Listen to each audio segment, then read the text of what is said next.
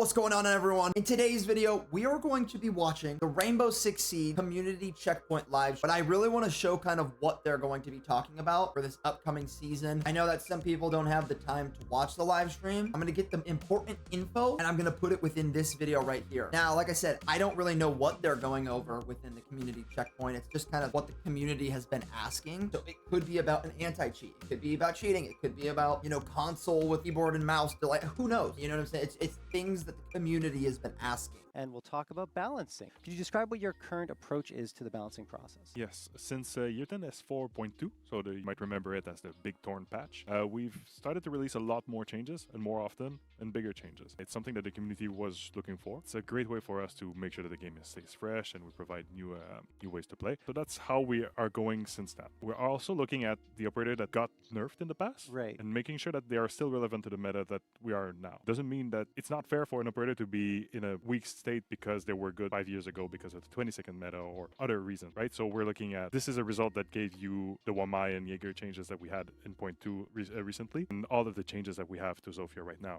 right? So are you happy with the way this is going right now, or do you want to change this further in terms of your approach to balancing? Obviously, it's a little new still, but are there further changes coming? From what I hear and from what I see from the community, there's a lot of love toward the balancing changes lately. Right. Especially when we talk about the point 0, so the season launch, and the point 2, the mid-season patch. There's a lot of love over there. But in the point 1 and point 3, so the middle patches that we have in between, this is where we have a little bit more work to do.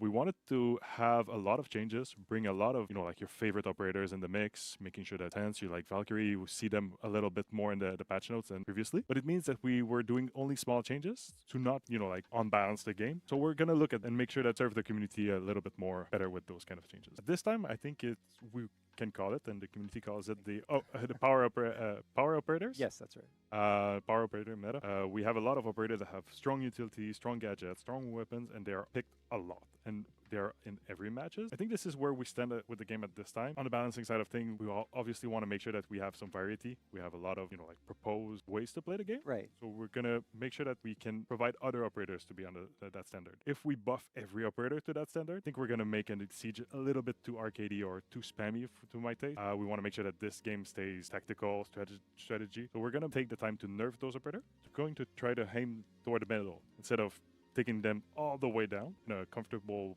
spot and a fun spot. Yeah, and still maintaining their identity, Nice. right? Like that's smart. By making sure players doing in Season 3 for her.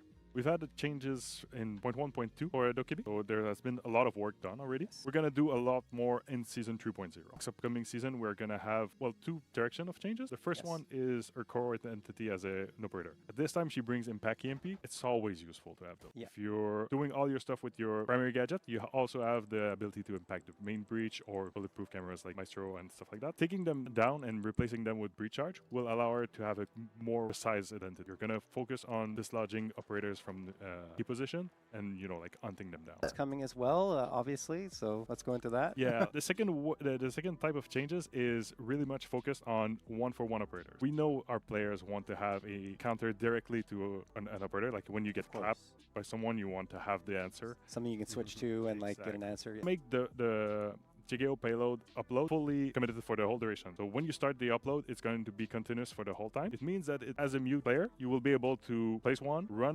toward the mute jammer and flush down the call whenever it's be more clear. Sure, go ahead. So it's going to be active for the whole duration. It means that you need to have a 1-for-1 connection from Dokkaebi to the other player. Oh, nice. If someone was to walk into a mute jammer, it means that the whole connection is stopped. Nice. No wow.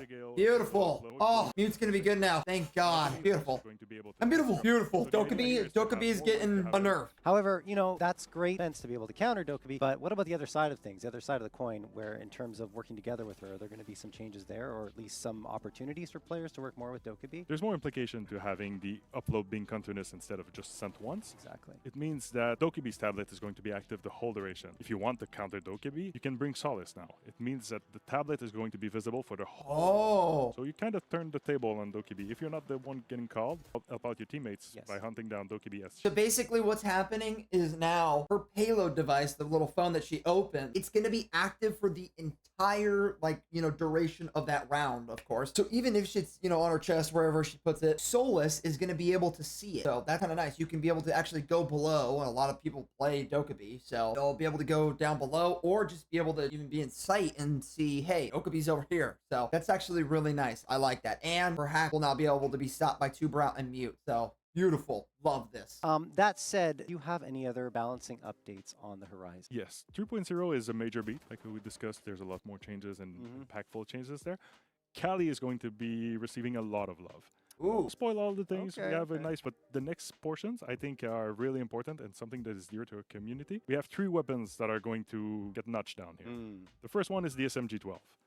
Okay. SMG-12. Yeah, exactly. The SMG-12 has been performing very strongly at this time. Didn't take the time to adjust it back because Dokkaebi was not having any primary automatic weapon. And since we added the XK since then, Yeah. I think it's a good time to bring down the SMG-12 for everyone, making sure that it has its proper identity. It's not the best weapon in the game, and it's just like it's a secondary. So we're going to reduce the damage and the ammo capacity. We're going to leave RPM that is crazy good as it is, but it means at the end to land those headshots. Yeah. If you're not, it's going to be a pea shooter. Okay. Be able to land those Wow, that's headshots. crazy. So the damage and the ammo is getting reduced on SMG-12. Crazy. Wow. For sure, it sounds like it, but I'm sure those skill-based players out there who want this will be very happy. I hope. Anyway, we'll see. But there's more weapons you mentioned. Yes. Yes. The other weapons that are, on everyone's mind is the DMRs on defense. On attack, when we look at the data, AR-15 and the MK-14, they're performing well. They're not outside of the boundaries that we would like, but on defense, it's another whole story. Yeah. It means that Aruni and Tabara are bringing those weapons mostly for the weapons and not for the gadgets. So we're going to look at 3 vectors for those. We're going to increase the recoil, reduce the damage to underneath 60. So it means that you need 3 shots on most targets. And the last one is on defense only. We're removing the muzzle brake. Muzzle brake cuts down the recoil that you have from 1 shot. It'd be a lot harder for those to perform with this weapon. Really good with the recoil and handling those situations. You're going to be cool.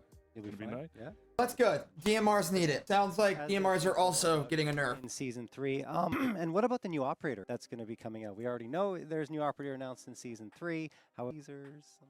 I mean, it's really hard to go after the Siege Tail teaser that we had at It DSI, was, right? What I can say is we saw a shield having hard time against something. Well, the operator is going to bring a full loadout that is really good against shield. And the gadget has more use than just against shield. So you're not only focusing on shield. So he just said that it doesn't have to be on a shield. I'm wondering if we're going to be able to shoot it at like a reinforced wall. Released balancing updates will come out as well. The full list of them, because we just teased them here, it wasn't everything that's going to be happening, of course. And of course, the reveal of the new operator. So again, August 15th, EWC. Make sure you're there for the season 3 reveal.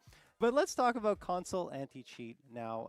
You give us an update, Mathieu? Yeah, sure. Console cheating is real. There are a lot of threats at the moment, but like that I'm going to talk about, that we're going to talk about right now, are mouse and keyboard using spoofing devices and recall macros. So for the mouse and keyboard one, we have Mousetrap that has been live for I don't know how long, maybe a couple of years now. It's doing good work. It has good results, but we see that we also want to improve it. Yeah. It's not up to the level we want it to be, so we are actively improving it now, and we'll keep improving it throughout year 12 as well. Yes, and on the topic of recall scripts and macros, so I'm happy to announce that we've been working for a while now already on a new machine learning model, targeting this problem directly. So we want to be extremely conservative with this new model. So we've been benchmarking basically against the most skilled players that we could find, especially pro players that were super helpful with us on that topic, to make sure that these players will never be impacted. We want to make sure that our detection thresholds are really far from the top players, and we want to be super conservative and only issue sanctions whenever we feel like we have high confidence, and especially multiple detections. So we are actually on the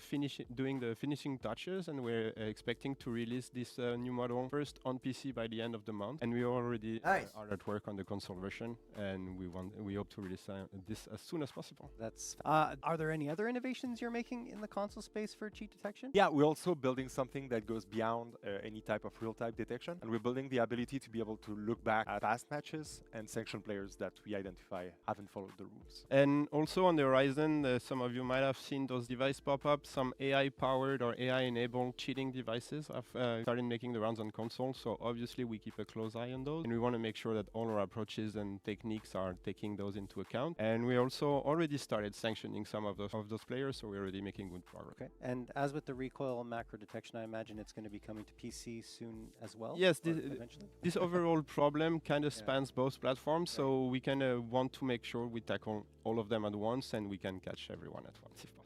Perfect. All right. That is a springboard towards a general discussion here on anti-cheat and anti-toxicity, of course. Starting with anti-cheat, are there any new measures you're looking at? So yes, I have actually another announcement to make.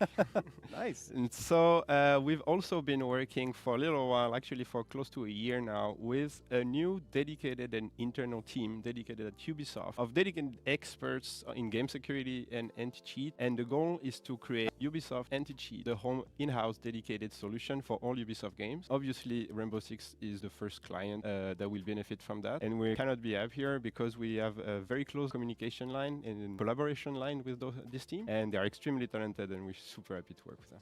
We're going to end it right there. Please, in the comment section below, what do you guys think of this community upward thing coming? We now know SMG-12 and DMRs are going to be nerfed within Season 3. That's in less than, like, I think 25 days. So less than a month, we will officially see the SMG-12 and DMRs nerfed. At least we know SMG-12. I don't know if they said DMRs, but I would assume so as well. So they're going to reduce the damage on the SMG-12. They're going to keep the RPM, the fast, spitting RPM, fucking piss shooter, and they're also going to reduce the amount of ammo that's within the clip. They said that if you don't hit headshots, it's going to be a pea shooter. So hopefully that'll help. I don't really know if it will, but we'll see. Because if it still shoots fast, even if you reduce that damage down and it'll reduce the ammo, it's going to be kind of like SMG-11. And the SMG-11 is still really good. It has 17 bullets, very high fire rate, and it still rips. You know what I'm saying? And then for DMRs, they said that recoil is going to be nerfed. So a lot more recoil on DMRs now, which I think is a W. I don't know if they said anything about ammo, but I know that they said recoil for sure. So for Tuberau and for Aruni on defense specifically, it's going to be a lot harder. You're going to have to really control that recoil on Season 3. And the TCSG is well kind of in their radar. And they said that it's going to be kind of fixed a little later down the road. Kind of sucks because TCSG is powerful.